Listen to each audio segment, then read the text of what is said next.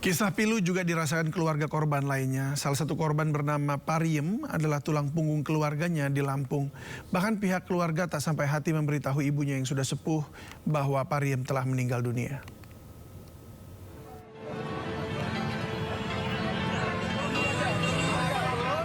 Ada cerita pilu di balik peristiwa kebakaran gedung Teradron yang terjadi Selasa siang. Pariem, salah satu korban kebakaran, diketahui sebagai tulang punggung keluarga asal Lampung. Usai mendengar kabar duka, pihak keluarga dari Lampung langsung berangkat ke Jakarta untuk memastikan identitas Pariem. Bahkan, ibunda Pariem hingga kini belum diberitahu bahwa anaknya telah tutup usia. Pariem sudah bekerja selama 3 tahun di PT Teradron. Ia merantau seorang diri demi menafkahi ibunya yang sudah tua. Ada yang makan siang, ada yang... Iya, saya dengar dari informasi dari media, katanya Pemprov DKI menanggung untuk transportasi ambulan. Cuma kami tolonglah yang dari Lampung ini, ya tolong digratiskan lah ambulan untuk Pemprov DKI-nya. Jangan sebelah-belah pihak lah. Karena kami ya orang nggak punya di Lampung. Tulang punggung keluarga karena bapaknya udah nggak ada, ibunya udah tua, udah nggak bisa jalan jauh. Dia anak ke berapa? Paling bungsu, 5 saudara. Oh, 5 bersaudara. Berarti dia untuk nafkahin kakak-kakaknya juga dan ibunya gitu. Atau lebih ke ibunya? Ya ibunya aja, alhamdulillah. Kalau kakak-kakaknya udah pada keluarga semua. Keluarga berharap pemerintah Jakarta bersedia menanggung biaya pemindahan jenazah ke Lampung. Dari Jakarta, Tim Liputan iNews melaporkan. Segera luncurkan diri, masih banyak orang terjebak di atas, Undang. Masih banyak orang terjebak di atas. Gaya 65 jadi kebakaran. Di Lejen Suprapto Blok A. Astagfirullah, ya Allah.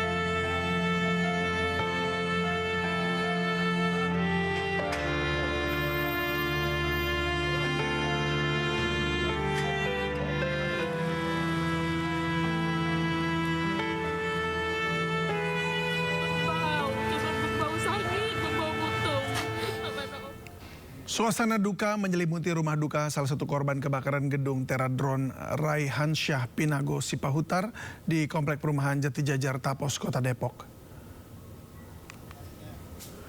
Keluarga, tetangga, dan kerabat almarhum mulai mendatangi rumah duka pada Selasa malam. Dan ibu korban, Mimi Adriani Nasution, tak mampu membendung air mata saat tiba di rumahnya karena belum diizinkan melihat jasad sang anak di Rumah Sakit Polri Kramat Jati, Jakarta Timur. Ia juga mengisahkan sempat mengantarkan sang anak untuk berangkat bekerja ke stasiun dan berkomunikasi dengan sang anak pada Rabu pagi yang ternyata merupakan komunikasi terakhir sebelum peristiwa kebakaran yang merenggut nyawanya. Mas, tolong dikawal ya, Mas. Usia berapa Bu anaknya, Bu? Isak tangis mewarnai penyerahan korban kebakaran gedung perkantoran Teradron Cempaka Putih. Novia, salah seorang korban kebakaran, diketahui tengah hamil 8 bulan.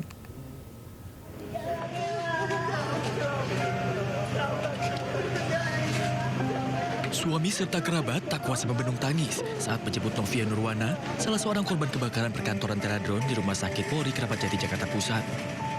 Sang suami nampak terpukul dengan kepergian sang istri yang tengah hamil 8 bulan anak pertamanya. Usai diserahkan, jenazah korban akan diberangkatkan menuju kampung halamannya di Kabupaten Tanggamus, Kota Lampung untuk dimakamkan. Satu persatu keluarga korban mendatangi posko antemortem Rumah Sakit Polri Kramat Jati, Jakarta Timur Selasa sore. Bau, cuma berbau sakit, berbau mutung.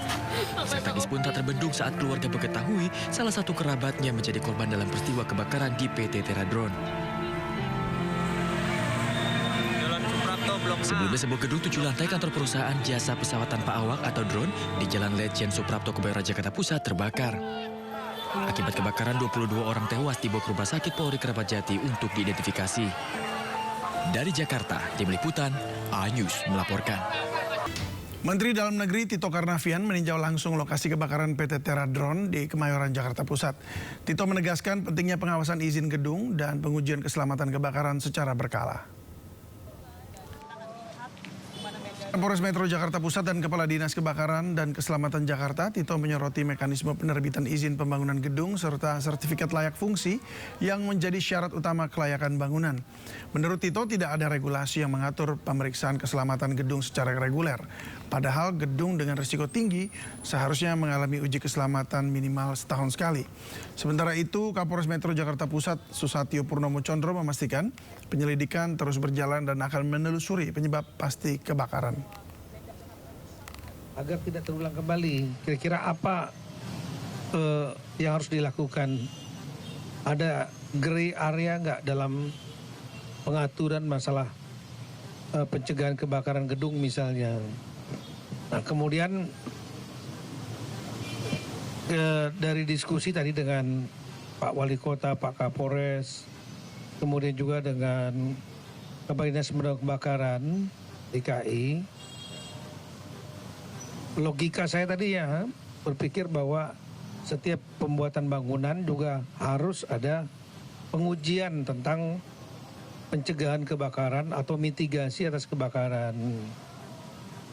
Apalagi di Jakarta ini banyak sekali high rise building, gedung-gedung tinggi yang kalau terjadi kebakaran resikonya lebih besar dibanding dengan yang low rise building, daerah gedung-gedung yang rendah. Nah, memang dalam aturan ya, untuk membangun satu gedung itu dibutuhkan namanya PBG, persetujuan bangun gedung. Jadi pemilik yang akan membangun gedung. Dari pihak Polres Jakarta Pusat hingga saat ini telah memeriksa sebanyak 7 saksi, 6 adalah karyawan dan 1 adalah warga lingkungan.